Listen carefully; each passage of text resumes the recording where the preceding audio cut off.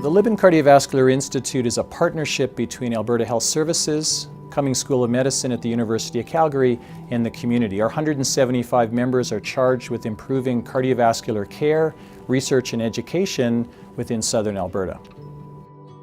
The vision is really to decrease the burden and suffering of premature cardiovascular disease through innovative research.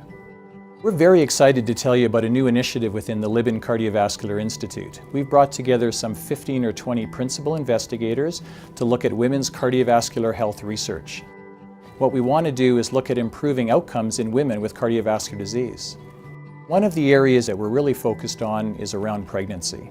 And we have exciting research from basic science through to clinical investigation to epidemiology looking at the impact of diseases of women while they're pregnant and what that does to not only their risk acutely and down the road, but also to their offspring.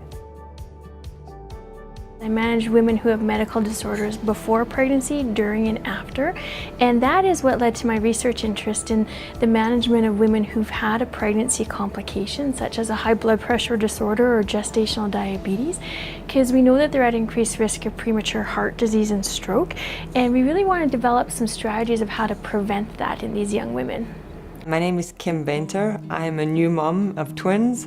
We went through a pretty tough journey and had 3 ectopic pregnancies. I'd lost my fallopian tubes and it led us to the only option through in vitro fertilization. We went through a couple attempts, had a miscarriage. It was 3rd time and we said we're gonna put 2 in. Amazing ultrasound to confirm that we were pregnant. While we're developing in our mother's womb, the environment that we're exposed to can make a major impact on our long-term health and risk for disease. We focus on mothers who develop diabetes or are obese during pregnancy. Babies born from these pregnancies are more likely to develop cardiovascular risk factors like obesity and insulin resistance. Our objective is to gain a better understanding of what's happening developmentally. There are opportunities to intervene, but we need to intervene very early on. Sunday night, I started feeling really bad abdominal pain. Monday came along and I still was feeling really unwell.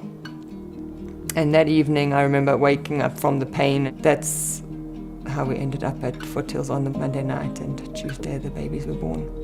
Gestational diabetes occurs in pregnancy, and somewhere around 5% of all pregnancies in Alberta. The high blood pressure disorders of pregnancy are a bit more difficult to explain because they represent a whole spectrum from very mild blood pressure elevations, or what we call gestational hypertension, to very, very severe preeclampsia or HELLP syndrome. HELLP syndrome is probably one of the most severe forms of preeclampsia. We don't really know why all this starts off in the first place. We know that the placenta is not working properly. The developmental component of cardiovascular disease is a component that we still know very little about. There is a lot more to learn. This area of research has a large potential to make a meaningful impact on the way we approach cardiovascular disease.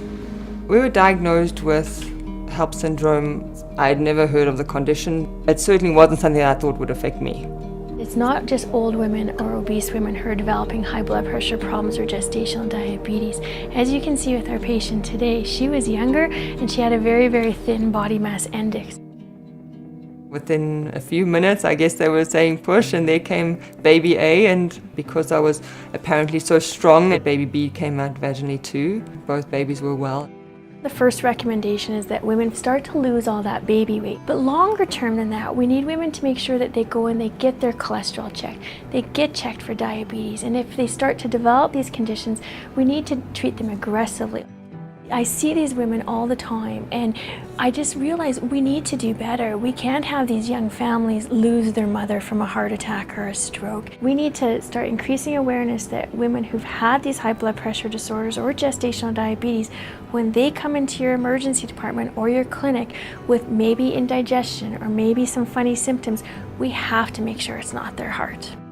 I think the work that the doctors are doing to create awareness for this is so important. I would have left the hospital and just assumed that I'm going to be okay. We're very excited about the Women's Cardiovascular Health Research Initiative. We're going to make a tremendous impact on women's cardiovascular health in the community, and we thank you for being part of this journey with us.